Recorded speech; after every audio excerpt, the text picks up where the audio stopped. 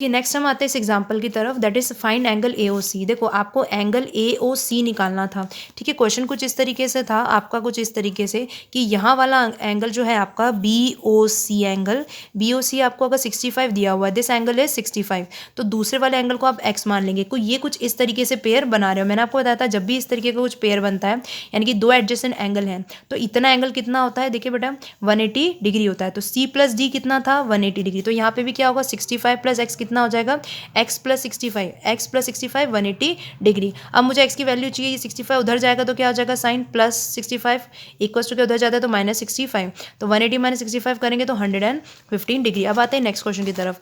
अब आते हैं समझते हैं फोर्थ वाला जो है वर्टिकली अपोजिट एंगल क्या होते हैं, जिसको देखो बेटा शॉर्ट में हम लिखते हैं VOA, जिसका मतलब होता है वर्टिकली अपोजिट एंगल। जब दो लाइन एक दूसरे को कट करती है किसी O पॉइंट की तरफ, दो लाइंस एक दूसरे को O पॉइंट पे कट करती है, तो उनके जो वर्टिकली अपोजिट आमने सामने वाले जो एंगल्स होते हैं वो इक्वल होते हैं, यानी कि 1 बराबर एंगल 2, यानी कि 1 अगर मान लो 60 डिग्री है तो एंगल 2 भी कितना होगा, इसके सामने वाला 60 डिग्री होगा। और अगर ये 30 है, एंगल नंबर 4 अगर 30 है तो एंगल नंबर 3 कितना होगा, ये भी 30 डिग्री होगा। तो ये इसका मतलब होता है वर्टिकली अपोजिट एंगल का, कि इसके सामने वाले एंगल्स क्या होते हैं, बराबर होते हैं। 1 एंगल बराबर 2 और 3 बराबर 4 होता है। ये मीनिंग होने के बाद अब आते हैं आपका एक एग्जांपल से समझते हैं कि ये देखिए आपको एंगल x पूछा गया है, फाइंड करना है आपको x और y। अब देखो ये दो लाइन है, ये ABCD, ये दो लाइन है एक दूसरे को यहाँ O पॉइंट पे कट करी है, तो ये 40 है तो ये भी कितना हो जाएगा 40। ये 40 क्यों हो जाएगा, x की वैल्यू जो है आपकी वो कितनी हो जाएगी 40 डिग्री। वाई,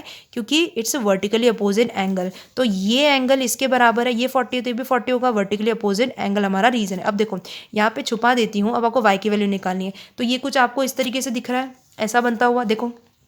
तो देखो 40 प्लस वाई कितना हो जाएगा, अब ये लीनियर पेयर बनाएंगे। देखो 40, अब इसको छुपा देते हैं, हमको निकालना है ये वाई निकालना है, तो वाई कैसे निकालेंगे, इसको यहाँ छुपा दिया तो ये क्या हो जाएगा। अब आपको देखो 40 प्लस वाई इक्वल्स टू कितना होगा 180 degree, that is linear pair. तो वाई की वैल्यू हो जाएगी 180 माइनस 40, दैट इज 140 डिग्री। तो आपका वाई कितना है 140 डिग्री है। देखिए 140 डिग्री है तो ये वाला एंगल भी कितना हो जाएगा बेटा 140 डिग्री हो जाएगा। क्लियर है, ये मैंने आपको समझा दिया यहाँ तक।